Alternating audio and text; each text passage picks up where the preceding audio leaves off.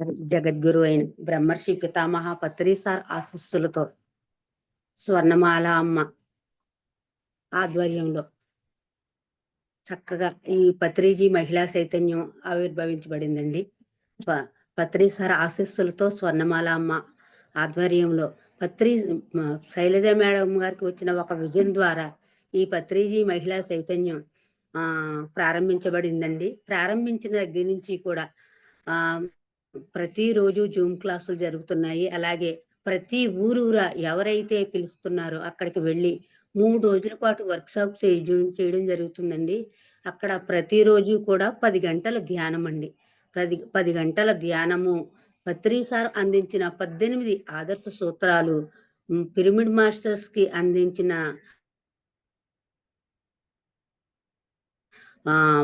వ్యక్తిగత జ్ఞాన నవరత్నాలు, నవవిధ ధర్మాల గురించి అద్భుతంగా మేడం గారు క్లుప్తంగా వివరించడం జరుగుతుందండి. ఆ వివరణ ద్వారా అంటే ఆ 18 ఆదర్శ సూత్రాలు అందరూ తెలుసు అనుకుంటాము, కానీ ఒక్కొక్కటి లోతుల్లోకి వెళ్ళి చెప్పడం జరుగుతుందండి. అలాగే అక్కడ ప్రాక్టికల్స్ కూడా ఉంటున్నాయండి. చక్కగా కూడా 3 రోజుల పాటు అద్భుతంగా జరుగుతుందండి. అలాగే వచ్చే నెల 8, 9, 10 తేదీల్లో పుత్తూరులో జరుగుతుందండి. అక్కడికి అందరూ ఆహ్వానితులే. Thank you sir. Thank you very much sir. Start చేయండి సార్. నమస్కారం. వెల్కమ్. పత్రి మహిళా చైతన్యానికి స్వాగతం, సుస్వాగతం అండి ఈశ్వరయ్య గారికి. ఈ పత్రిజీ గారికి, జగద్గురు పితామహ పత్రిజీ గారికి నమస్కరించుకుంటూ, అలాగే ఈ పత్రిజీ మహిళా చైతన్యం జూము నిర్వాహకులకు, నిర్వహించే వారికి అందరికి కూడా, ఇందులో పాల్గొన్న ప్రతి పిరమిడ్ మాస్టర్లకు ప్రత్యక్షంగా పరోక్షంగా వారందరికీ నా యొక్క నమస్కారాలు. నా పేరు ఈశ్వరయ్య. మరి నేను 2002 నుంచి ప్రతిసారి పరిచయం కావడం వల్ల ధ్యానం యొక్క విశిష్టత తెలుసుకుని, ఆయన చెప్పే సత్యమైన వాక్కులు సరళంగా, సులభంగా అందరికీ అర్థమయ్యే రీతిలో మరి నన్ను ఎంతో ఆకట్టుకున్నాయి. ముఖ్యంగా నేను భగవంతుని గురించి చిన్నప్పటి నుంచే, నాకు ఊహ తెలిసినప్పటి నుంచే నేను ఎంతో అన్వేషణ చేశాను, ఎంతో మంది గురువులను ఆశ్రయించాను. కానీ ఒక దివి నుండి భూమికి దిగి వచ్చిన, అందరి హృదయాల్లో అతకపోయిన మహానుభావుడు జగద్గురు పితామహ పత్రిజీ. సరళంగా, సహజంగా, అందరికి అర్థమయ్యే భాషలో, మరి ఎలాంటి హావభావాలు లేకుండా ఎంతో సింపుల్గా ఒక గురువుగా ఒక శిష్యుణ్ణి ఆయనంత వాటినిగా తయారు చేసుకోవడానికి మరి ఎంతో కృషి చేసిన మహానుభావుడు. సామవేద దండోపాయాలను ఉపయోగించి ఏ విధంగా శిష్యుడు తన చెప్పిన సత్యాన్ని ఆచరిస్తాడో ఆ విధంగా అందరినీ తీర్చిదిద్దాడు. ఆయన చెప్పిన ప్రతి పదము వెనుక ఎంతో అంతరార్థం ఉంటుంది. అలాగే ఏ పని ఎవరికి ఎందుకు చెప్పాడన్నది ఆ మహానుభావుడికి తెలుసు. మనము ఈ జన్మలో ఏది చేయడానికి వచ్చామో ఆ కర్తవ్యాన్ని మరి గుర్తు చేసి, అందరినీ ఎవరైతే తన దగ్గరికి వచ్చి ఆ యొక్క పని విధానాన్ని, అంటే చేయడానికి సిద్ధమైన వ్యక్తులకు ఆ పని చూపించాడు. అందులో భాగంగానే శ్రీ ఓంకారేశ్వర అష్టాదశ పిరమిడ్ ధ్యాన ఆరంభము 2009లో ఆ బాధ్యతలు అప్పజెప్పినప్పుడు మరి హైదరాబాద్ నుంచి శ్రీశైలం వెళ్ళే రోడ్లో ఉంది. అచ్చంపేట మరి బ్రాహ్మణపల్లి దగ్గర ఉమామహేశ్వరము మహాశక్తి పీఠము, శ్రీశైలం వెళ్ళే దారిలో హైదరాబాద్ నుంచి దాదాపు 170 కిలోమీటర్లు, శ్రీశైలం నుంచి 60 కిలోమీటర్లు ఉంటుంది. మరి అలాంటి గొప్ప ప్లేసు చూపించి, అంటే అది సేకరించి అందులో కట్టమన్నప్పుడు నేను నా మిత్రుల సహాయంతో, నేను నా కుటుంబము అక్కడ ఒక 5 సంవత్సరాలు అన్ని పదులు వదులుకొని అక్కడ సేవ చేయడము ఆ మహానుభావుడు కలిగించిన మహాభాగ్యంగా నేను భావిస్తున్నాను. కనుక ఈరోజు మీరు ఈ అవకాశం ఇచ్చినందుకు మీకెంతో రుణపడి ఉన్నాను. నాకు తెలిసిన, అంటే ఈరోజు అందరికి తెలిసిన జ్ఞానాన్ని పంచుకోవడమే సజ్జన సాంగత్యం అంటారు. మరి అందులో భాగంగానే ఇప్పుడున్న టెక్నాలజీ ప్రకారం జూమ్ సెషన్ రావడము, ఒకరికొకరు వారి జ్ఞానాన్ని విశ్లేషించుకుంటూ, ఒకరికొకరు షేర్ చేసుకుంటూ మళ్ళీ ఆ వ్యక్తి ముందుకు వెళ్ళడానికి ప్రతి మాస్టర్కు ఉపయోగపడుతుంది. అలాగే మనము దివి నుంచి భువికి దిగి వచ్చిన మహానుభావులు అన్నది జగద్గురు పితామహ పత్రిజీ గారు గుర్తు చేయడం జరిగింది. మనము ఈరోజు చెప్పుకునే సబ్జెక్టు ఆత్మహంతకులు అంటే ఎవరు? ఇది తటవర్తి వీరరాఘవరావు గారు దీన్ని చక్కగా విశ్లేషించడం జరిగింది. అంటే ఇది చూడడానికి కొద్దిగా కన్ఫ్యూజ్గా ఉన్నా అది చక్కని సబ్జెక్టు. ఎందుకంటే మనము ఈ భూమి మీదకి ఎన్నో రకాల జీవరాశులలో అంటే దాదాపు 84 లక్షల జీవరాశుల నుంచి మార్పు చెందుతూ ఎన్నో లక్షల సంవత్సరాలు దాటితేనే కానీ మానవ జన్మ రావడానికి వీల్లేదు. మరి ఖనిజ సంపద నుంచి, వృక్ష సంపద నుంచి, అలాగే ఇంకా మనకు పక్షి జాతి, మరి జంతు జాతి నుంచి మానవ జాతి మరి ఉద్భవించి అందులో నుంచి మరి ఏమి తెలియని స్థితి అంటే మూలాధారము, స్వాధిష్టానము, మణిపూర్వకము, అనాహతము, విశుద్ధము, మరి ఆ స్థితిలో వచ్చినప్పుడే నిజంగా ఆ మానవుడు దైవం అంటే ఏంది అని తెలుసుకోవడం, ఆ దైవానికి ప్రత్యేకంగా ఎక్కడున్నాడన్న తపనతో మరి ఆ ప్రయత్నం చేసినప్పుడు మరి సరైన గురువును వెతుక్కోవడము, ఆ గురువు ద్వారా నిన్ను నీవే తెలుసుకో అని చెప్పడం బుద్ధుడు ఆ మహానుభావుడు ఎప్పుడో 2500 సంవత్సరాల క్రితమే మన అన్వేషించి చెప్పినప్పుడు పత్రిజీ మహానుభావుడు బుద్ధుడి యొక్క ఆనంద ఋషిగా ఉండి ఎన్నో మరి అప్పటి నుంచి ఉన్నటువంటి ఆ మహానుభావుడు మళ్ళీ ఇప్పుడు మనల్ని గుర్తు చేయడము గొప్ప విశేషం కల్పన. కనుక దయచేసి మనము ఈరోజు నాకు తెలిసిన వాటిని కొంత క్లియర్గా చెప్పుకుందాము. మనము ఇక్కడ యోగులందరూ గొప్పవారే. మరి ఎవరైతే యోగులు అంటామో వాళ్ళను యోగీశ్వరులు కావాలి. యోగుల నుంచి అంటే ఒక కృష్ణుడు, ఒక బుద్ధుడు, ఒక జీసస్, ఒక మహమ్మద్, ఒక గురునానక్, ఒక వీరభేమన్న స్వామి, ఇలా రకరకాల స్థాయికి చేరే వారిని మనము యోగీశ్వరుడు అంటాము. మరి అంటే యోగి నుంచి యోగీశ్వర స్థాయికి చెందిన వారినే గొప్ప వారు ఎంతో జ్ఞానము పొంది ఆ మూల చైతన్యం యొక్క విశిష్టతను తెలుసుకున్న వాళ్ళు. ఇది ఎలా సాధ్యం అంటే అది ధ్యానం చేస్తే వాడిని యోగి అంటారు అన్నది పత్రిజీ గారు చెప్పవని, పూర్ణ జ్ఞానం పొంది మరి పర్యాకాష్ఠకు ఎదిగిన వారిని యోగీశ్వరులు అంటారు. అలాంటి వారు చెప్పే ప్రతి మాట ఆదర్శవంతమైంది, ఆలోచించవలసింది, ఆచరించవలసిందిగా ఉంటుంది. మరి అంటే అలాంటి వారు చెప్పిన సందేశము ఊరికే వదిలేస్తే మరి నష్టపోయేది మనమే. చాలామంది మనము చదువుతాం, పుస్తకాలు చదువుతాము, చదివిన దాన్ని వదిలేస్తాం. కానీ అప్పుడు ఏమీ ప్రయోజనం ఉండదు. ఎందుచేతంటే అది చదివింది మళ్ళీ దాని యొక్క అంతరార్థాన్ని తెలుసుకున్నప్పుడు, అర్థం చేసుకున్నప్పుడు, దాన్ని ఆచరించలేనప్పుడు, ఆచరిస్తే గాని ఆ ఫలితం అనేది ఉంటుంది.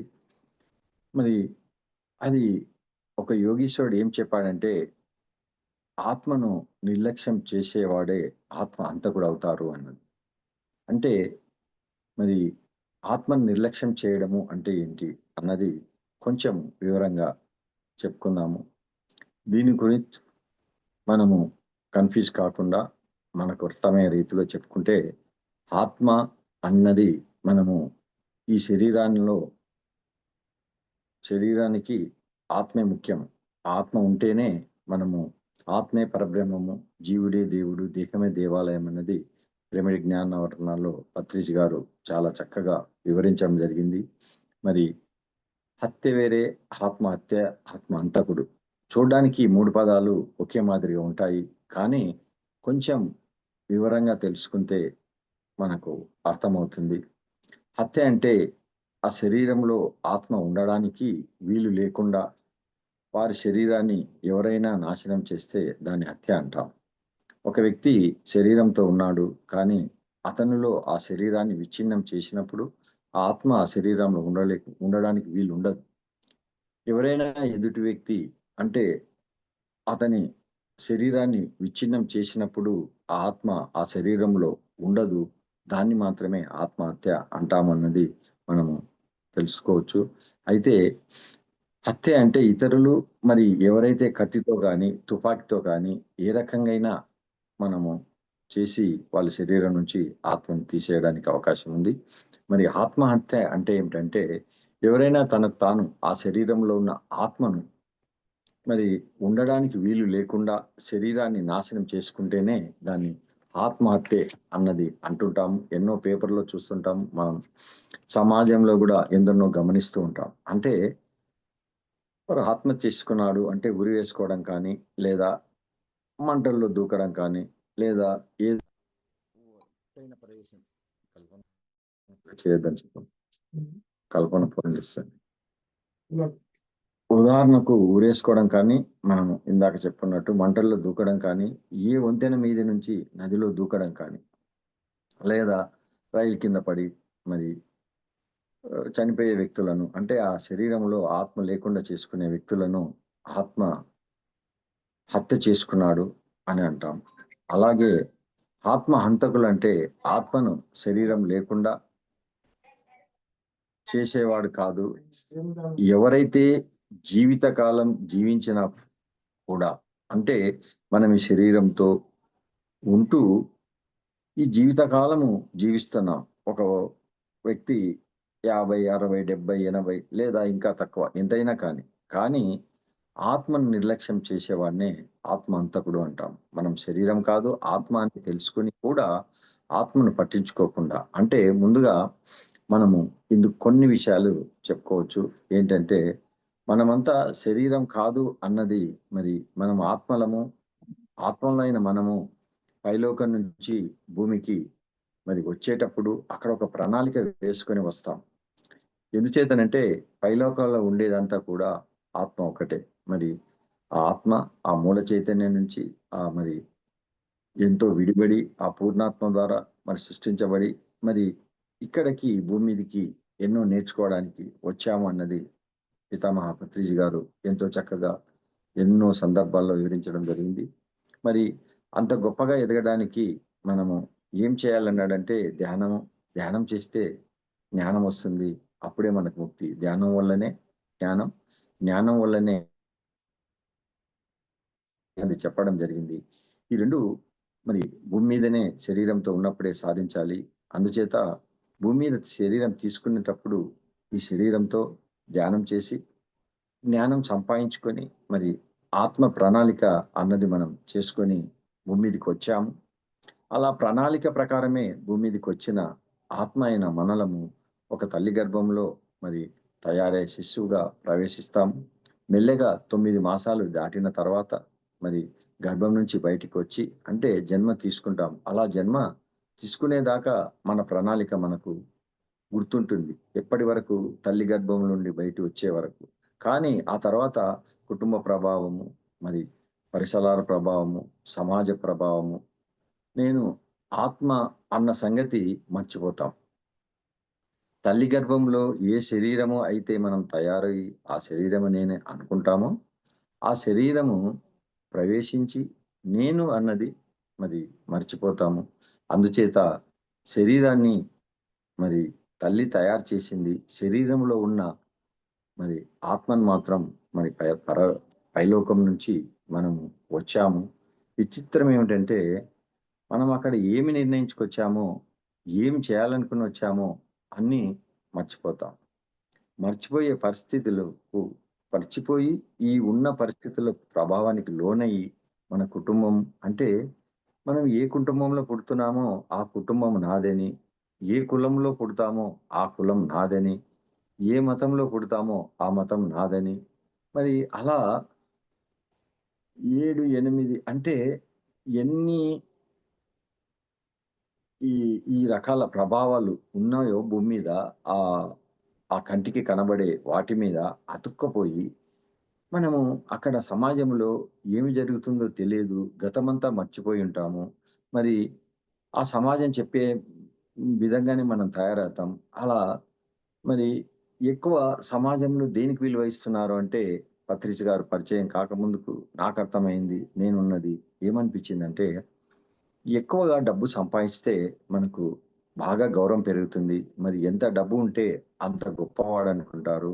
మరి డబ్బు లేకుంటే పూచిక పుల్ల అంటే మనల్ని ఎలాంటి గౌరవించకుండా వీడు వేస్ట్ ఫెలో అన్నట్టుగా చూస్తూ మనను ఎంత గౌరవం ఇయ్యదు సమాజం అన్నది నాకు ఉన్న పరిస్థితి అర్థమైంది. అంచేత డబ్బు సంపాదించడానికి ఈ జీవితము అన్నట్టుగా జీవించాము. మరి డబ్బే ముఖ్యంగా, డబ్బు ఒకటే కాదు, డబ్బుతో పాటుగా కొన్ని పదవులు, మరి రకరకాల స్థితిలో ఉన్నవారు. అంటే వాళ్ళు చదువుకునే చదువుల్లో అయితేనేమి, ఈ గొప్ప గొప్ప పోస్టులు అంటే ఐఎస్ఐ గాని, ఏఎస్ఐ కానీ, ఇంకా ఉన్నత విద్యార్థి ఒక డాక్టర్ కానీ, ఒక ఇంజినీర్ కానీ, ఎలాగైతే ఈ ఈ స్థాయిలన్నీ ఉన్నాయో వ్యాపార రంగంలో మామూలు ధనవంతుడు కాకుండా ఇంకా మహా కోటీశ్వరులు అవుతే వారి యొక్క గౌరవము బాగా పెరుగుతుంది. మేడం సార్ మధ్య మధ్యలో వాయిస్ బ్రేక్ అవుతుంది సార్, ఒకసారి చూడండి సార్. అవునా? వాయిస్ కట్ అవుతుందండి మధ్య మధ్యలో, చూడండి సార్.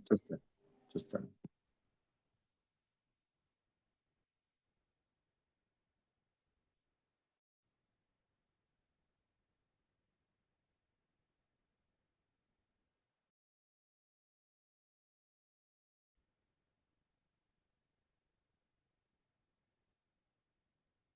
అనిపిస్తుంది. ఇప్పుడు మేడం బాగుందా? బాగుంది సార్, కంటిన్యూ. కానీ విచిత్రం ఏమంటే ఎంత గొప్పగా భూమి మీద ఎదిగినా, ఎన్ని గొప్ప పనులు చేసినా, కోటాను కోట్ల డబ్బు సంపాదించినా వదిలితే అవన్నీ ఒక్కటి కూడా రాదు అన్నది ఎవరైతే ఆ ఆత్మ కోసం ఆత్మ నేనన్నది తెలుసుకోవడం మొదలు పెట్టారో మనమంతా మరి అర్థమైంది. అది అర్థమైనాక ఏవైతే చాలా గొప్పవి వేటి కోసమైతే జీవితాంతం మనం కష్టించి శ్రమించి రాత్రనక పగలనక చనిపోయే వరకు మనము కష్టపడి సంపాదించినది పదవులు అనుకోండి, డబ్బు అనుకోండి, హోదా అనుకోండి, ఎన్నో రకాలుగా అంటే ఆత్మ అయిన తాను మరి ఒక్కటే పైకి తీసుకు అంటే చక్కగా చెప్పాడు పత్రిజీ గారు. ఆత్మ జ్ఞానము, తాను సంపాదించుకునే జ్ఞానము, ఈ భూమి మీద శరీరం వచ్చింది ఈ భూమి మీద ఉన్న ఎన్నో విషయాలను ఆధ్యానం చేయడానికి, నేర్చుకోవడానికి, అంతేకాని ఇక్కడ ఉన్న దంతా తీసుకెళ్ళడానికి కాదు. కంటికి కనబడేది అసత్యము. ఏదైతే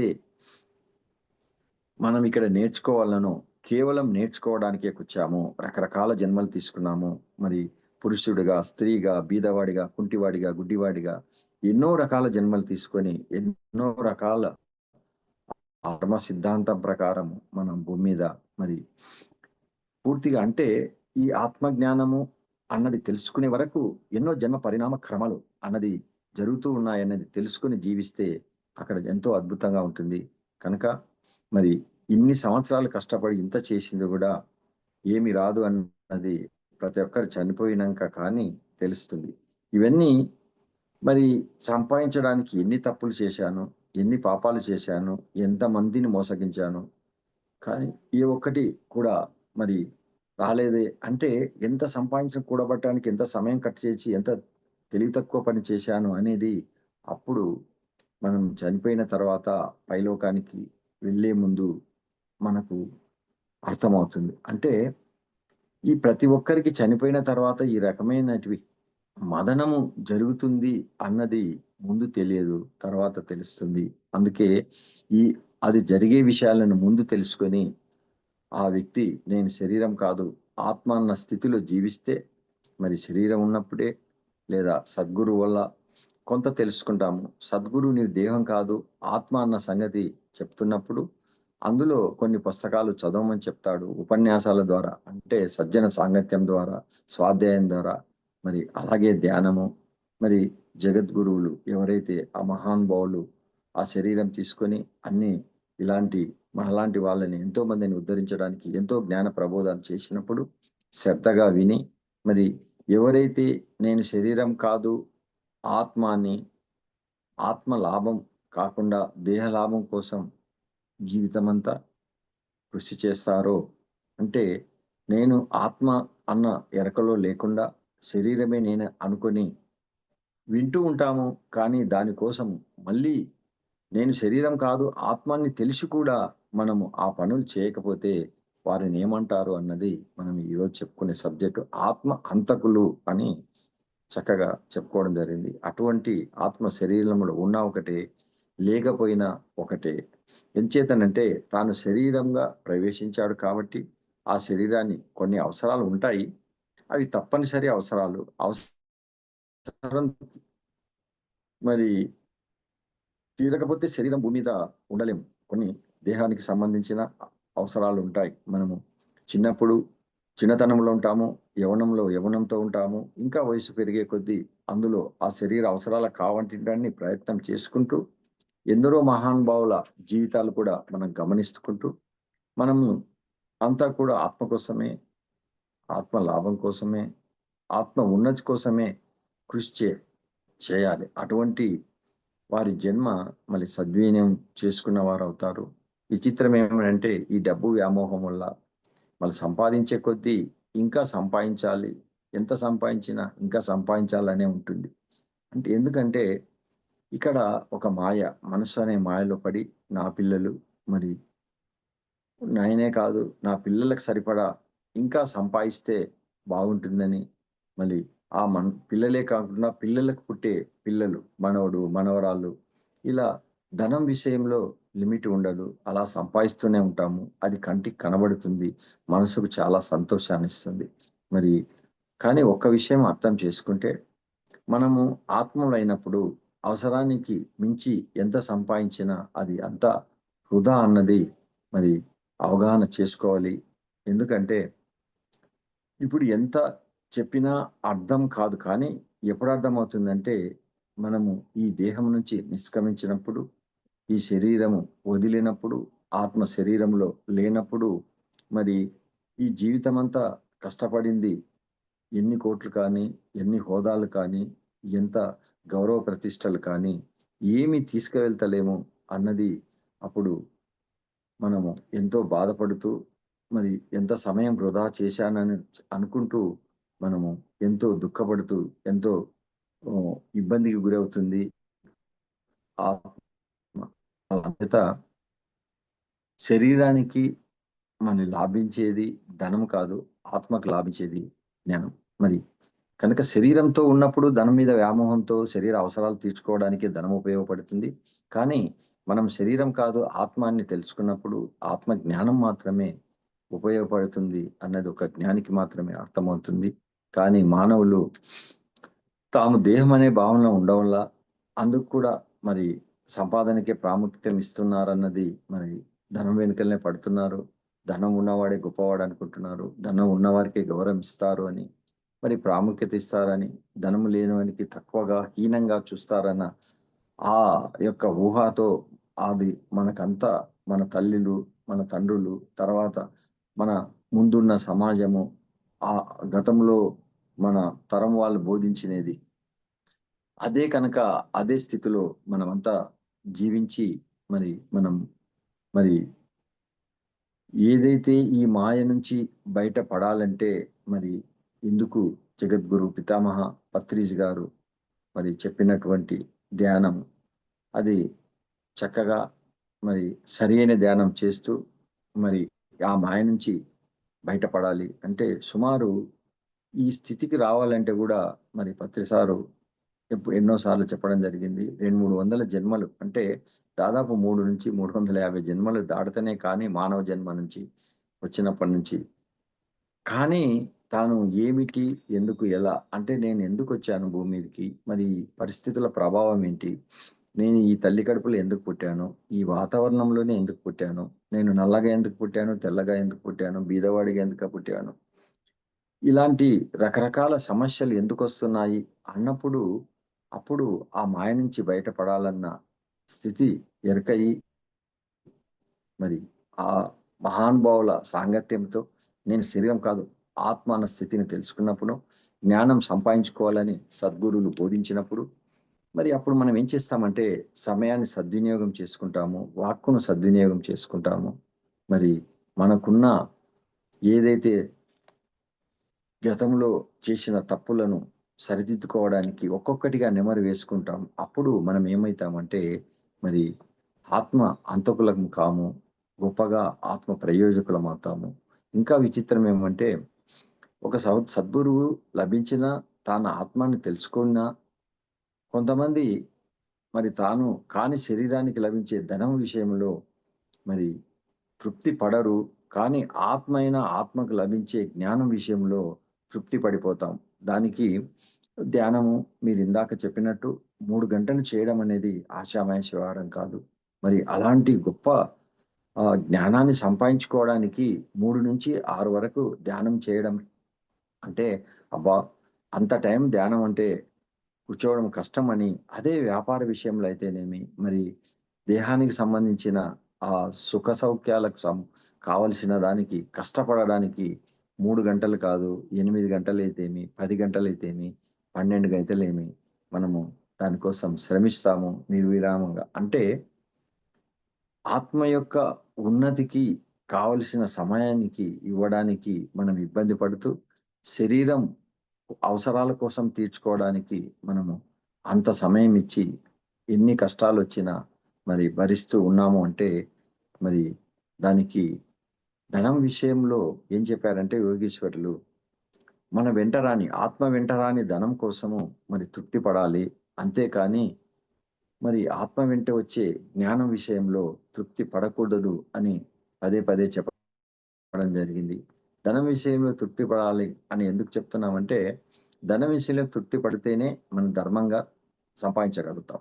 సంపాదించిన ధనంలో కూడా అవసరాలకు మితిమీరి కాకుండా జీవితాన్ని గడుపుకోవడానికి ఉన్నంతలో మనము జీవించగలుగుతాం. ఒకవేళ మనము ఇంకా కావాలని కోరికలకు బానిసలమైతే అప్పుడు అధర్మంగా జీవించాల్సి వస్తుంది. మరి అందులో లాభం ఆర్జించడానికి ఎన్నో జిమ్మిక్కులు చేయాలి. ఎంతో నష్టపోవాలి. మరి కర్మ సిద్ధాంతం ప్రకారం మనము ఈ యొక్క అంటే ధర్మానికి, ఆ సృష్టికి విరుద్ధంగా మనం ఏం చేసినా మరి ఆ కష్టాల పాలవుతాము. మరి పత్రిసారి ఎన్నో సార్లు చెప్పడం జరిగింది. పాపాలే రోగాలు, మరి పుణ్యాలే భోగాలు అని. మరి అందుకే ఎంత చిన్న పాపం చేస్తే చిన్న కర్మతో మనము కష్టాల పాలవుతాము. ఎన్నో దుఃఖాల పాలవుతాం. అర్హతను బట్టే ప్రస్తుతం నీకు మరి ఏదైనా డబ్బు, హోదా ఇవన్నీ వచ్చాయి అంటే అది మన అర్హతను బట్టే గత జన్మలో చేసిన ఆ యొక్క కర్మలను బట్టే వచ్చాయన్న ఎరకతో జీవిస్తే అసలు నువ్వు భూమి మీదకొచ్చింది డబ్బు సంపాదించుకోవడానికి రాలేదు. మరి జ్ఞానం సంపాదించుకోవడానికి అన్న విషయము మనము మర్చిపోయి మరి అందరిని చూసి వారిలాగానే సంపాదించుకోవడం కోసం ఇంత శ్రమ పడుతున్నాము అన్నది కనుక అది ఎరకలోకి తెచ్చుకుంటే జ్ఞానం విషయంలో మనము తృప్తి పడము. నీ అర నీ అర్హతను బట్టి నీకు ఎంత డబ్బు రావాలో అంత వచ్చేస్తుంది. ఒకవేళ భవిష్యత్తులో ఏమైనా రావాల్సింది ఉంటే తప్పనిసరిగా ఆ సమయంలో వస్తుంది. దానిని నువ్వేం ప్రత్యేకంగా చర్చించనక్కర్లేదు. దానికోసం మళ్ళీ అధర్మంగా, సృష్టి విరుద్ధంగా మనము జీవించి సంపాదించుకో అక్కర్లేదు. ఆత్మవైన నీకు లక్ష్య జ్ఞానం ఇంకా ఇంకా సంపాదించాలి. ఇంకా ఎదగాలి. కృష్ణుడు, బుద్ధుడు, మరి పత్రిజీ, మరి వీరబ్రహ్మేంద్ర స్వామి, శ్రీ యోగి వేమన ఇలా ఎంతో మంది ఎంతో గొప్ప జ్ఞానాన్ని చెప్పడము, మరి గొప్ప లోకాలకు వెళ్ళే మార్గాన్ని చూపించడము జరిగింది. అందుచేత ఈ సృష్టిలో జ్ఞానం అనంతమైనది. దీనికి లిమిట్ అన్నది లేదు. ఎంత సంపాదించుకున్నా ఇంకా సంపాదించుకోవచ్చు. ఇంకా గొప్పవారు కావచ్చు. పత్రిజ్ గారు ఏమన్నారంటే మరి శివుడికి ఉన్నంత జ్ఞానము ఎవరికి ఉండదు. ఆయన దేవుళ్ళందరికంటే గొప్పవాడు. అంత గొప్పవాడైన శివుడే తనకున్న జ్ఞానంతో మరి తృప్తి పడకుండా ఇంకా అనంతమైన జ్ఞానాన్ని సంపాదించుకోవడం కోసం నిరంతరము ధ్యానం చేస్తూనే ఉన్నాడు. మరి ఆ మహానుభావుడే నిరంతరము ధ్యానం చేస్తున్నాడు అంటే మరి మనం ఎంత కష్టపడాలి, ఎంత కృషి చేయాలి, ఎంత జ్ఞానం సంపాదించాలి అన్నది ప్రతిసార్లు ఎన్నోసార్లు చెప్పడం జరిగింది. అంటే మరి అసలు చాలా మంది శిష్యులు మరి అంటే పత్రిజీ గారి సమూహంలో ఉన్న వాళ్ళు కూడా మరి మనము చేసే కొంత ధ్యానానికి తృప్తి పడిపోతూ కొంత జ్ఞానం సంపాదించుకోవడం ఇంక చాలులే ఇక అంటూ మనం ఎక్కడికక్కడ సర్దుకొని పోతూ ఉంటాము. అనంతమైన ఈ సృష్టిలో ఎవరు ఎంత ధ్యానం చేస్తే అంత శక్తివంతులం అవుతామన్నది, ఎంత జ్ఞానం పెంపొందించుకుంటే అంత గొప్పవారం మనమే అవుతాము. కనుక ఇప్పుడు ఆంజనేయ స్వామి ఉన్నాడు. ఆయన ఇప్పటికీ భూమి మీద ఎన్నో వేల సంవత్సరాల నుంచి మరి సశరీరంగా ఉన్నాడు అంటే శ్రీ వెంకటేశ్వర స్వామి ఉన్నాడు. ఆయన ఇప్పటికీ భూమి మీద శరీరంతో ఉన్నాడు. అందరికీ ఈ భౌతిక శరీరంతో కనబడడు. కానీ ఎవరైతే ఆ ధ్యానం చేసి ఆ ఆత్మశక్తి పెంచుకొని మన ఉన్నతమైనటువంటి ఆ దివ్యదేత్రము మనం ప్రసాదించుకున్నప్పుడు ఆ దివ్యదృష్టి ద్వారానే వాళ్ళను సందర్శించుకోవచ్చు. అలాగే మరి మరి అశ్వత్థామ, విభీషణుడు వారు అంతా కూడా ధ్యాన స్థితిలోనే ఇప్పటికీ భూమి మీద ఉన్నారన్నది యుగాల నుంచి మనం వింటూ ఉన్నాము. మన మహానుభావులు ఎంతో మంది చెప్పడం కూడా జరిగింది. అందుచేత మనము ధ్యానానికి, జ్ఞానానికి తృప్తి ఉండకూడదు. కారణము మనమంతా ఆత్మలము కాబట్టి. మరి ఎప్పుడైతే మరి ఆత్మే నేను ఆత్మ కోసమే మనము ఈ జ్ఞానం సంపాదించాలి. జ్ఞానమే నాకు అంటే ఎప్పుడైతే సరైన ధ్యానం, అది కూడా శ్వాస మీద ధ్యాస. ధ్యానం అంటే మంత్ర జపము కాదు. ఏ నామస్మరణ కాదు. కేవలము ఏ ఆలోచన లేని స్థితినే ధ్యానం అని పత్రిసారు మరీ చెప్పడం జరిగింది. మరి జ్ఞానమే మరి ఖచ్చితంగా కావాలన్నప్పుడు మరి జ్ఞానమే నన్ను గొప్పవాడిని తీర్చిదిద్దింది. జ్ఞానమే నా కర్మలన్నీ దగ్ధం చేస్తుంది. జ్ఞానమే మరి ఉన్నత లోకాలను చేర్చగలుగుతుంది. జ్ఞానమే మోక్షాన్ని ప్రసాదించి పెట్టుతుంది. జ్ఞానమే మన జీవిత పరమార్థాన్ని చూస్తుంది అన్నది ఆలోచించినప్పుడు మరి జ్ఞానం సంపాదించాలంటే ఏం చేయాలి? జ్ఞానం సంపాదించుకుంటే వచ్చే లాభం ఇంకేమైనా ఉన్నావా అని ఇవన్నీ ఎలా తెలుస్తాయి అన్ని ప్రశ్నలు వచ్చినప్పుడు మరి ఎంత గూడా అంటే పత్రిసారి చెప్పినంత క్లియర్‌గా ఎవరికీ చెప్పలేదు. అంటే ఆయన ఏం చెప్పారంటే, "ఆత్మైన నీకు లభించేది జ్ఞానమే. ఈ జ్ఞానం పొందాలంటే చేయాల్సినటివి 4 స్థితులు చెప్పాడు. ఉచితంగా అంటే శ్వాస మీద ధ్యాస ఉంచి తీవ్ర ధ్యాన సాధన చేస్తూ, ధ్యానంతో పాటు సాత్వికమైన ఆహారం తీసుకోవాలని, ఈ 2 చాలా స్ట్రిక్ట్‌గా పాటించాలి అన్నది మనందరికీ తెలిసినదే. మళ్ళీ ఒకసారి గుర్తు చేసుకుంటున్నాం. మరి ఆత్మ జ్ఞానానికి సంబంధించిన పుస్తకాలు అంటే యోగులు, మహానుభావులు, ఋషులు వారి యొక్క సాధనలో ఎలా గొప్పవారయ్యారు? వారి సాధనకు ఏమి ఆటంకాలు కలిగితే వాళ్ళు ఎలా ఎదుర్కోగలిగారు అన్నది వారి జీవిత చరిత్రలు చదివినప్పుడు వాళ్ళు ప్రబోధించిన ప్రబోధాలు విన్నప్పుడు మనకు ఎంతో అర్థమవుతుంది. మరి మన సాధన చేయడానికి అవి ఎంతో ఉపయోగపడతాయి. మనమేమి వాళ్ళ మాదిరిగా ప్రయోగం చేయాల్సిన అవసరం లేదు. ప్రయోగం చేసి సాధించిన వాళ్ళని తెలుసుకొని ఆ మార్గానికి వెళితే మనకు సమయము చాలా ఆదా అవుతుంది. ఎన్నో జన్మలు కూడా ఆదా అయిపోతాయి. అలాగే ఆత్మజ్ఞానాన్ని బోధించగల వారి సందేశం వినడం. అలా ఏంటంటే జూములు కానీ లేదా ఏదైనా క్లాసులు కానీ మీరు ఇందాక చెప్పినట్టు 3 రోజుల క్లాసులు అనేది చాలా అద్భుతమైన విషయము. మహిళా శక్తి అనంతమైనది. వారు అనుకుంటే ఏమైనా సాధిస్తారు అన్నది పత్రిజీ గారు చెప్పడం జరిగింది. ఎందుకంటే వాళ్ళు ఆల్రెడీ జ్ఞానం పొందడానికి ఆ శరీర నిర్మాణంలో పూర్ణ స్థితి పొందినవారని పత్రిజీ గారు ఎన్నోసార్లు విశదీకరించారు. మరి కనుక మనము సమయాన్ని వృధా చేయకుండా మరి ఇందులో మనకు మహానుభావుడు చెప్పినది వశిష్ఠ వారు 3 అంటే దీన్ని ఏమనంటే ఆధ్యాత్మిక త్రిరత్నాలు. ఇప్పుడు మనం చెప్పుకున్నది పత్రిసారి కూడా ఇందులో మాటగా ఏం చెప్పాడంటే 4వది జ్ఞాన మార్గంలోనే సేవ చేయాలి అన్నది. సేవ అంటే అది ఎవరైతే నేను శరీరం కాదు, ఆత్మ అన్న ఎరుకలో ఉన్నవాడికి, వాడికి ఇంత భోజనము పెట్టి, వసతి కల్పించి, జ్ఞానం అనే మనకు తెలిసినంత జ్ఞానాన్ని వారికి ప్రసాదిస్తూ, చెపుతూ, సాధన చేయిస్తూ, మరి ఏదైతే పంచుతూ ఉంటామో మరి పంచింది పెంచబడుతుంది అన్నది మనం ఎంతో కష్టపడి సంపాదించిన ధనమైతేమి, జ్ఞానమైతేనేమి, సమయాన్ని అయితేనేమి, మరి వాటిని ఎవరికి వీలున్నంతగా వాళ్ళు ప్రతి పిరమిడ్ మాస్టర్ కూడా దాన్ని ఖర్చు చేస్తున్నారు. ఇంకా రాబోయే వాళ్ళకు కూడా అది బోధిస్తూ మనం ఆచరిస్తూ మరి అన్నది మనమంతా చేస్తున్నాము. ఇంకా విస్తృతంగా చేయాలి.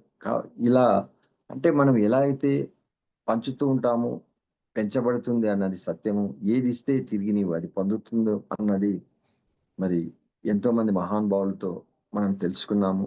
సంపాదించిన జ్ఞానాన్ని పంచులు మొదలు పెడితే ఆ జ్ఞానము ఎంతో ఎంతో విస్తారంగా పెరగడానికి అవసరం ఉంది.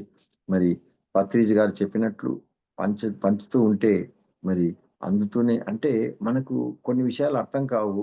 ఏం చెప్పాలనో ఒక సబ్జెక్టు ఒక క్లాసులో వెళ్ళినప్పుడు మరి అనుకోకుండా ఆ పైలోక వాసులు మనకు కావలసినంత జ్ఞానాన్ని అందిస్తూ ఆ సబ్జెక్టు ఎలా వెళ్ళాలనో అక్కడున్న వాళ్ళ పరిస్థితి ఏంటో వాళ్ళకి ఏ కాన్సెప్ట్ కావాలంటే ఆ కాన్సెప్ట్ అక్కడ రావడం జరుగుతుంది.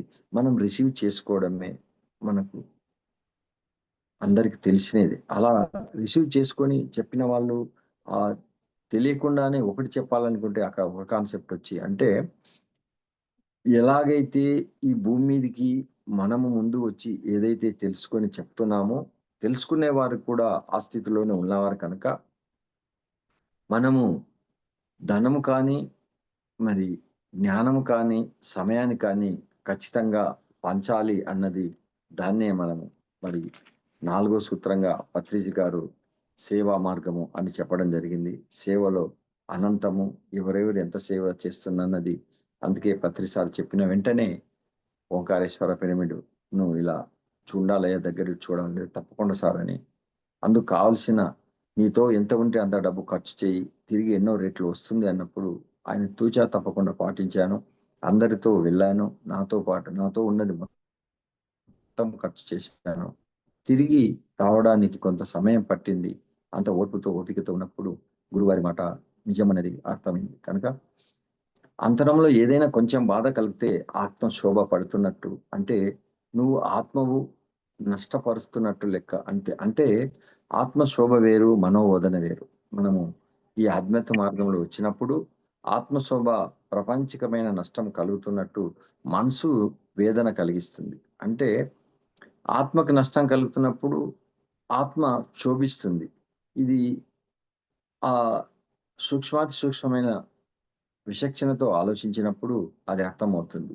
మనకి ఎలాగైతే ఏ వ్యవహారం చేస్తున్నప్పుడు ఇంట్లో ఏదైనా ఒక ఫంక్షన్ జరిగినప్పుడు రకరకాల స్థితుల్లో మన డబ్బును ఎలా ఖర్చు చేస్తూ ఉంటే ఆ భౌతిక విషయంలో మనం ఇబ్బంది పడుతూ దానికి ఏమిటి ఎలా అన్నది జాగ్రత్త తీసుకుంటామో మన ఆత్మ మార్గంలో కూడా ప్రయాణించేటప్పుడు మరి ప్రకృతి ఎన్నో అవకాశాలను కల్పిస్తుంది. మరి కానీ అవకాశాలు దొరికినప్పుడు మనిషి యొక్క సలహా మనము అంటే నిర్లక్ష్యం చేస్తే ఆత్మ ఉన్నతికి వెళ్ళే అవకాశం లేకుండా పోతుంది. అంటే ఈ ఆత్మక్షోభ అన్నది ఆత్మస్థితిలో నీవు ఉన్నప్పుడు ఆత్మ జ్ఞానము పొందేవారు బోధిస్తున్నప్పుడు వారిలో నీవు కలిసినప్పుడు నీ యొక్క స్థితి ఏమిటనేది నీకు అర్థమవుతుంది. ఎదుటివారి స్థితి ఏమిటనేది నీకు అర్థమయ్యి నేను కూడా ఆ స్థితి చేరుకుంటే ఎంత బాగుంటుంది అన్నది ఒక వెలితి కనిపిస్తుంది. ఆ వెలితితో ఆ ఫుల్ఫిలప్ అంటే పూర్ణత్వం పొందాలి అంటే నేను కూడా జ్ఞానవంతుని కావాలి. నేను కూడా ఆ జ్ఞానాన్ని సంపాదించుకొని ఆ జ్ఞానంతో ఇతరులకు నేను చెప్పాలి అన్నది ఎరక వస్తుంది. అప్పుడు నీకున్న జ్ఞానం కంటే అవతల వ్యక్తికి ఇంకా కొంచెం ఎక్కువ ఉన్నప్పుడు ఇంకా నేను వెదగాలి. ఇంకా కొంచెం వ్యక్తి కనబడినప్పుడు ఇంకా నేను వెదగాలి. ఇలా ఏదైనా ఒక పుస్తకం తీసి చదివినప్పుడు వాళ్ళు ఇంత సాధించారు కదా! నేను ఇంకా కొంచెం ఎక్కువ సాధించాలి. వారితో పాటుగా రావాలి అన్నది ఆత్మస్థితి నీకు బోధిస్తుంది. అప్పుడు ఏమి చేయాలి అన్నది నీకు ఎరక అవుతుంది. కనుక భౌతికాన్ని కొద్దిగా పక్కన పెట్టేసి ఆత్మ కోసం మనము కృషి చేస్తే ఏ పనిలో ఉంటే ఆ పనే నీకు తారసపడుతుంది. అక్కడనే అదే నీవు పొందగలుగుతావు. కనుక మనము శరీరం కాదు ఆత్మ అయినప్పుడు ఆత్మ కోసమే అంటే ధన సంపాదనలో తృప్తి పడుతూ జ్ఞాన సంపాదనలో తృప్తి లేకుండా సంపాదించాలన్న దానికోసం మనం ఇందాక చెప్పుకున్నాము. మనము ఆత్మని అర్థం చేసుకున్న తర్వాత ఆత్మకు కావాల్సిన పనులు చేయకపోతే వారినే ఆత్మ అంతకులు అవుతారు అన్న దాని గురించి మళ్ళీ ఒకసారి చెప్పుకున్నాం. మళ్ళీ ఇందులో ఆవేశం పనికిరాదు. కొంతమంది నేను ఉద్యోగం మానేసి నేను ఈ పని చేస్తాను, లేదా ఇక ఉన్న పలంగా ఉన్నట్టుగా అన్నది అది సరైన పది కాదు. ఎందుకంటే మనము అన్ని తీసేస్తే మనకు భౌతిక దేహానికి కావాల్సిన అవసరాలు కూడా కొన్ని ఉంటాయి. కానీ వాటిని చూసుకుంటూ సంసారమే నిర్వహణము అన్నారు. సంసారాన్ని పోషిస్తూ మరి పెళ్లి చేసుకోవాలి, సంసారం ఉండాలి. భార్య భర్తను, భర్త భార్యను, మరి వీళ్ళంతా కలిసి మరి పిల్లలను వాళ్ళు కన్న తర్వాత ఆ సంసారాన్ని, ధర్మాన్ని పాటిస్తూ వాళ్ళకి ఇవ్వవలసిన ధర్మాన్ని వాళ్ళకిస్తూ మన సమయాన్ని వృధా చేసుకుండా ఏదైతే ఖాళీ సమయం ఉందో అది సమయాన్ని ఖాళీ చేసుకుంటూ అదే నీవు చేయాల్సిందే కానీ భుక్తి లేకుండా ముక్తి రాదు. భుక్తి ఉంటేనే ముక్తి వస్తుంది అన్నది మళ్ళీ ఒకసారి మనం ఇది గుర్తు చేసుకోవాలి. ఎప్పుడైతే నీవు భుక్తిని చూసుకుంటూ సమయాన్ని, జీవితాన్ని వృధా చేయకుండా మరి జ్ఞానాన్ని వెచ్చిస్తే మరుజన్మకు కూడా అనుకూలమైన జన్మ వస్తుంది అన్నది మనము తెలుసుకోవాలి. మరి లేదు, ఎన్నో జన్మల నుంచి నీ జ్ఞానము తెలుసుకున్న వాడివైతే ఈ జన్మనే చివరి జన్మ కూడా కావచ్చు. మరి అలాగని అక్కర్లేని వాటి మీద మనము శక్తిని, వాక్కును ఖర్చు చేయకుండా మనమంతా ఆత్మలము అన్న విషయాన్ని మర్చిపోకుండా పదే పదే గుర్తు చేసుకుంటూ నేను దేహం కాదు, నేను ఆత్మను, నేను ఈ దేహంలో ఉన్న ఆత్మను, నేను ఆత్మను అని పదే పదే గుర్తు చేసుకుంటే ఒక ప్రణాళిక ప్రకారం ఈ భూమి మీదకి వచ్చాము అన్నది మనం మళ్ళీ ఎప్పటికప్పుడు గుర్తు చేసుకుంటే మరి ప్రణాళిక భిన్నంగా మీరు ఇక్కడ అంటే మనం ఏదైతే ప్రణాళిక ఉందో ప్రణాళికకు అపోజిట్ గా మనము జీవిస్తే మరి ఈ శరీరం లోపల ఉన్న ఆత్మ మీరు చేయవలసింది చేయలేదు అని ఘోషిస్తూ ఉంటుంది. అప్పుడు మనం నిజంగా ఆత్మ హంతకులమే అవుతాం కానీ ఆత్మ ప్రయోజకులకు కాము. ఇది అంటే ఆత్మ చెప్తుంది ఏమని, నన్ను పట్టించుకోలేదు, లెక్క చేయకపోయినా నష్టపోయేది నీవే, లెక్క చేస్తే లాభపడేది నువ్వే, ప్రతి నిమిషము ప్రతి గంట అయ్యేలా ఎప్పటికప్పుడు బోధిస్తుంది. కానీ నీవు సూక్ష్మమైనప్పుడే ఆత్మస్థితి చేరుకున్నప్పుడే మరి ఆ స్థితిని వినగలుగుతావు, ఆ స్థాయిలో తయారు కాగలుగుతావు అన్నది మనము ఎప్పటికప్పుడు నెమరు వేసుకొని అర్థం చేసుకుంటేనే కానీ మరి మనము ఆత్మ అన్న సంగతి మర్చిపోకుండా ఆత్మ ఎప్పటికప్పుడు నేను పైలోకం నుంచి వచ్చిన శరీరదారుణ్ణి అంటే ఆత్మను తీసుకొని వచ్చిన ఈ శరీరదారుణ్ణి, ఈ శరీరానికి కావలసిన అవసరాలను ఎప్పటికప్పుడు తీర్చుకుంటూ మరి ఆత్మలోకం కోసము ఎన్నో పనులు చేయాలి అన్నది ఎప్పుడైతే సద్గురు మనకు తారసపడతాడో మన స్థితిని గుర్తెరిగి మనకు కొంత అంటే నీవు ఏం చేయాలి అన్నది గుర్తు చేస్తాడు. గుర్తు చేస్తున్నప్పుడు ఆ పనిలో మనం ఉంటే తప్పకుండా మనము మరి అలా ఎదిగిన వాళ్ళం అవుతాము. అంటే ఇక్కడ మనము ఇంకా కొన్ని పాయింట్స్ చెప్పుకుంటే శరీరం మనము ఏమవుతుందంటే నేను మరి ఆధ్యాత్మికంగా ఎదుగుతున్నాను, నిజంగా స్పిరిచువల్ గా నేను చేయాల్సిన పనులు చేస్తున్నాను అన్నది గుర్తు చేసుకుంటూ ఎప్పటికప్పుడు మరి అంటే ఎప్పటికప్పుడు ఆ స్పిరిచువల్ గా ఎదిగినప్పుడు వాళ్ళ శక్తి అనంతంగా ఎంతో కొన్ని సంఘటనలు ఎదురవుతాయి. వాటిని ఎప్పటికప్పుడు మనము మనకున్న ఆత్మశక్తితో వాటిని ఛేదించుకుంటూ మళ్ళీ మనము ముందుకు వెళ్ళాలి. నిజంగా స్పిరిచువల్ హెల్తీగా ఉంటే వారి శక్తి ఎంతో ఇదిగా ఉంటుంది. అప్పుడు వారి మనసు శుద్ధంగా ఉంటుంది, వారి గుణం మారుతుంది, బుద్ధి వికసిస్తుంది, వివేకం కలుగుతుంది, ప్రతి విషయాన్ని విచారణ చేయగలుగుతాము. రమణ మహర్షి, ఆదిశంకరాచార్యుల వారు కూడా విచారణ చేయండి అని చెప్తారు. అంటే ఎవరు విచారణ చేయగలుగుతారంటే వివేకం ఉన్నవాడే విచారణ చేయగలరు. వివేకానికి మరి ఎవరికి పెరుగుతుందంటే బుద్ధి వికసించిన వారికి పెరుగుతుంది. మరి ఎవరికి బుద్ధి వికసిస్తుంది అంటే మనసు శుద్ధి అయిన వారికి. మరి ఎవరికి మనసు శుద్ధి అవుతుందంటే శక్తి పెంచుకున్న వారికి. మరి శక్తి ఎక్కడ పెరుగుతుంది అంటే కేవలము ధ్యానము, ధ్యానము, ధ్యానము. ధ్యానం వల్లనే ఎంతో శక్తి పెంచుకోగలుగుతాము. అప్పుడు అనంతమైన జ్ఞానం విశ్వం నుంచి మనం అందుతుంది. ఫిజికల్ అంటే హెల్త్ దెబ్బతింటే ఎలా మనం చికిత్స పోతామో, స్పిరిచువల్ హెల్త్ దెబ్బతిన్నా అలాగే మన శక్తి తగ్గిపోతుంది. మన బాడీలో ఏవైనా కొద్దిగా ఇబ్బంది పెట్టినప్పుడు, ఆ కణాలు సరిగా పనిచేయనప్పుడు, మరి వాటి కోసం మనం హాస్పిటల్‌కి వెళ్తాము. అంటే ఏది ఏమైంది అన్నది అతను టెస్ట్ చేసి నీకు బీపీ ఉందా? షుగర్ ఉందా? లేకుంటే ఇంకేమైనా ఉందా? అని దానికి కావాల్సిన ట్రీట్మెంట్ ఎలా ఇస్తారో స్పిరిచువల్ హెల్త్ కూడా అంటే ఆత్మ స్థితిలో కూడా మనము శక్తి తగ్గిపోయినప్పుడు అందుకే ఒక స్థాయికి వచ్చిన వాళ్ళు మరి గ్యాప్ అవుతుంటాం. గ్యాప్ కాకూడదు అన్నది మరి మరి గుర్తు చేయడం జరుగుతుంది. మరి మనం సంపాదించుకున్న శక్తి కోల్పోకుండా ఉండడానికి మనము ఒక స్పిరిచువల్‌గా ఎదగడానికి ఎప్పటికప్పుడు ఆత్మ జ్ఞానులతో మనము కావాల్సినన్ని అప్పుడు ఏమవుతుందంటే కొన్ని మనకున్న డౌట్స్‌ను గూడా మన యొక్క మిత్రులతో షేర్ చేసుకోవచ్చు. లేదా కొన్ని డౌట్స్ మనకు మనం గూడా తీరికపోవచ్చు కాదు. కానీ మని ఆధ్యాత్మికంగా మనం రిసర్చ్ చేసుకోవాలి. ఎన్నో ప్రశ్నలకు సమాధానం తెలుసుకోవాలి.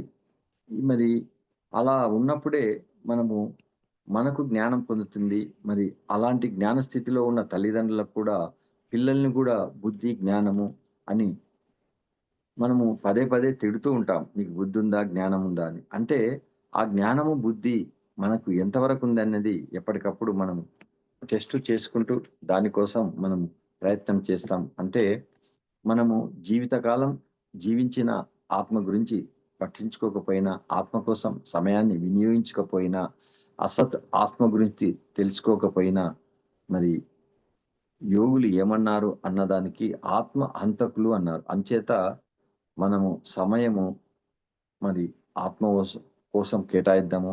ఆత్మలో అయిన మనం భూమి మీదకొచ్చేటప్పుడు, మళ్ళీ ఆ తల్లి గర్భంలో ప్రవేశించేటప్పుడు ఏ నిర్ణయం తీసుకొని వచ్చామో పైలోక వాసులతో, మరి ఈ దేహము శాశ్వతం కాదు. మరి ఆత్మే శాశ్వతం అన్నప్పుడు, మరి ఇవన్నీ ఏ కులము, ఏ మతము మనకు ఇది కాదు అన్న స్థితిలో ఉంటూ, చక్కగా మరి అన్నింటిని మర్చిపోతూ, మరి ఆత్మను నిర్లక్ష్యం చేయకుండా ఆత్మను ఎవరైతే నిర్లక్ష్యం చేస్తారో వారిని ఆత్మ హంతకులు అన్నది మనం ఇందాక చెప్పుకున్నాము. ఆత్మ హత్య వేరే. ఎవరైతే తనకు తాను ఆత్మను శరీరంలో ఉండడానికి వీలు లేకుండా శరీరాన్ని నాశనం చేస్తే దాన్ని మనము ఆత్మహత్య అని అంటాము. అంటే మరి జీవితకాలం జీవించిన మరి ఆత్మను గురించి ఏమి ఆలోచించకుండా ఆత్మ లాభం కోసం తెలిసి కూడా కృషి చేయకుండా అస ఆత్మ అసలు ఆత్మ అన్నది ఉన్నదా? ఉంటే ఏమి ఎరగని వాడు భూమి మీద ఎన్ని పనులు చేసినా, ఎన్ని సాధించినా, ఎంత పొందినా, ఎంత గౌరవ ప్రతిష్టలు పొందినా, ఎన్ని కోట్లు కేటాయించుకొని తన కోసం సంపాదించిన, తన వారసత్వం కోసం ఎన్నో కర్మలతో చేసిన ఆ కర్మ ప్రక్షాళన అనేది మరి చేసినవాడు అనుభవించాల్సిందే. అనుభవించేవాడు కాదు. ఆ ధ్యానాన్ని సంపదను తప్పకుండా ఆ కర్మలు చేసిన వాడే అనుభవించాలి. అది ఎప్పుడూ మన మస్తిష్కంలో గుర్తుండాలి. కనుక ధన సంపాదనలో మనం తృప్తి పడాలి కానీ, జ్ఞాన సంపాదనలో తృప్తి పడకూడదు అన్నది మనం ఎప్పటికప్పుడు గుర్తు చేసుకోవాలి. దీనికి ముఖ్య కారణము మనము దేహం కాదు, మరి మనము ఆత్మలము అన్నది తెలుసుకోవాలి. జీవితకాలం జీవించిన ఆత్మకు కావలసిన పనులే చేయాలి. ఆత్మకు కావలసిన పనులు చేయకపోతే ఆత్మ హంతకులమవుతాలన్నది తెలుసుకోవాలి. ఆత్మకు నష్టము కలిగిస్తే ఆత్మ క్షోభ కలిగిస్తుంది. దేహము కాదు ఆత్మ అన్న స్థితిలో మనం జీవిస్తూ, మన పరివారాన్ని అదే రీతిగా చూస్తూ, మనకు కావలసినది ఎంత ఉందో అంత తృప్తి పడుతూ మన కోసం మనము ఎప్పటికప్పుడు కృషి చేయాలన్నది మనము తెలుసుకోవాలి. మనము ఇక్కడ ఒక చిన్న ఉదాహరణ చెప్పి మనకున్న సమయాన్ని కేటాయించుకున్నాం. మనము ఇక్కడ మహానుభావుడు ఏం చెప్పాడంటే, మనము జ్ఞాన ధనాన్ని పగలు భోజనము అనే దొంగిలిస్తాడంట. మరి రాత్రి నిద్ర అనే దొంగ అలా ఇద్దరు దొంగలు దోచుకుంటున్నారని చెప్పడం జరిగింది. అంటే ప్రాపంచిక ధనము, ఆధ్యాత్మిక ధనము. ప్రాపంచిక ధనము భోగాలంటే సుఖాన్ని ఇస్తుంది, కానీ ఆధ్యాత్మిక ధనము జ్ఞానాన్ని మరి దుఃఖ నివారణని ఇస్తుంది, దుఃఖం రాకుండా చేస్తుంది. ప్రాపంచిక ధనములో మరి మంచి మేడలు కట్టుకోవచ్చు, మంచి డెకరేషన్ చేసుకోవచ్చు, కార్లు కొనొచ్చు, ఏసీలు పెట్టుకోవచ్చు, ఎన్నో చేయొచ్చు, వాటి వల్ల సుఖాలు అనుభవించవచ్చు. కానీ ఎంత డబ్బు ఉన్నా, ఎన్ని సుఖాలున్నా మానవునికి దుఃఖం ఉండదా అంటే ఉంటుంది. మరి అది అసలైన జీవితం కాదు అన్నది గుర్తు చేసుకొని మనము ఈ ఇద్దరి దొంగల నుంచి మనం బయటపడాలి. అంటే పగటి దొంగ భోజనము, రాత్రి దొంగ నిద్ర. అంటే ప్రతిసారి ఎన్నోసార్లు చెప్పాడండి, మితాహారము, మిత నిద్ర, ఏదైనా మితంగా ఉండాలి, మధ్య మార్గము అన్నది పదే పదే చెప్పడం జరిగింది. చూడడానికి అందరిలాగానే ఉంటాం, కానీ అందరూ మరి ఎందుకు గౌరవించడో అన్నదాన్ని మనము ప్రాపంచికములో ఆలోచిస్తే ధనము ధనము ధనము అన్నమాట. మళ్ళీ అందుకనే మూలధనాన్ని దోచుకోవడము దొంగలు ఎలా ఉంటారో ఈ జ్ఞానధనాన్ని దోచుకునే ఇద్దరు దొంగలు ఉన్నారన్నది మనము అజాగ్రత్తగా ఉంటే ఈ ఇద్దరు దొంగలు వారి జ్ఞానాన్ని దోచుకుంటారన్నది ఒక మహానుభావుడు చెప్పడం జరిగింది. కనుక మనము ఈ విషయాలను పదే పదే నెమరు వేసుకుంటూ ఎంత వీలైతే అంత సాధన చేస్తూ జ్ఞానాన్ని పెంచుతూ మనకున్న ధనాన్నైతేనేమి, సమయాన్నైతేనేమి విశేషంగా ఖర్చు చేసే మహానుభావుడు ఖచ్చితంగా ఆత్మ పురోగతికి ఉంటూ ఆత్మ హంతకులు కాకుండా గొప్పవారు కావడానికి అవకాశం ఉందనేది మనము గుర్తుంచుకోవాలి. ఇంకా వశిష్ఠుల వారు ఏం చెప్పారంటే, యద్భావతి తథాయతి, యచ్చతి తచ్చతి. అంటే నీ తాత్పర్యం ఏమిటంటే పోయేవాని గురించి కూడా చెప్పాడు ఆయన వశిష్ఠుల వారు. సృష్టిని ఆవించిపోయి పట్టించుకోని వారు మరి సృష్టి సిద్ధాంతాలు, సృష్టి ధర్మాలు, సృష్టి నియమాలు, సృష్టిలో ఉన్న సమస్తము తెలుసుకున్నవారు, వాళ్ళ అనుభవ జ్ఞానంతో బోధించేది ఈ సందేశం. అంటే వచ్చేది వస్తుంది, పోయేది పోతుంది అని చెప్పాడు. మరి వచ్చేదంతా దానికి మనము మళ్ళీ మళ్ళీ గుర్తు చేసుకొని ఎలా వస్తుంది అన్నది నెమరు వేసుకోవాల్సిన అవసరం లేదు, దాని గురించి పట్టించుకోవాల్సిన అవసరం లేదు. మనం చేసే కర్మలు, మనం చేసే సాధన, మనం మాట్లాడే వాక్కులు, వీటిని జాగ్రత్తగా గమనిస్తే మరి వీటి మీద ఎంతో ఎంతో ఎరకతో ఉంటే మనము వచ్చే దాని గురించి పట్టించుకోవాల్సిన అవసరం లేదు. మనకి ఏదైతే మన నుంచి నష్టం కలిగిస్తుందో వాటి మీద జాగ్రత్తగా ఉంటూ, వాటిని ఎంత వీలైతే అంత పొదుపుగా చేసుకుంటూ, ఎప్పటికి వీలైతే అప్పుడు ఎరకతో ఉంటూ, ఈ రోజువారీ కార్యక్రమంలో ఉదయం నుంచి రాత్రి వరకు చేసే పనులను గుర్తు చేసుకుంటూ, మళ్ళీ చేసే తప్పును మళ్ళీ చేయకుండా ఎప్పటికప్పుడు ఎరకతో మన జ్ఞానాన్ని పెంపొందించుకోవాలన్నది మరి పత్రిజీ మహానుభావుడు ఎంతో చక్కగా చెప్పాడు. కనుక మనము శరీరము, మనసు, బుద్ధి, ఆత్మల కలయికాన్ని తెలుసుకుంటూ చక్కగా వాటిని ఎప్పటికప్పుడు దేహ అవసరాలకు ఉపయోగించుకుంటూ ఆత్మ కోసము సంపూర్ణంగా మన మనసును కంట్రోల్ చేసుకుంటూ ఎదగాలి అన్నది మనము గుర్తుంచుకుంటే మనము ఆత్మ హంతకులం కాము, ఆత్మ ప్రయోజనం అవుతాము అన్నది ఈరోజు మనం చెప్పుకోవడం జరిగింది. మరి ఈ అవకాశం ఇచ్చినటువంటి జూమ్ సెషన్ వారికి నా యొక్క ధన్యవాదాలు తెలుపుకుంటూ, మరి నాకు ఇచ్చిన సమయము 1 గంట కనుక సమయం అయిపోయింది అనుకొని మళ్ళీ ఒకసారి థ్యాంక్ యూ.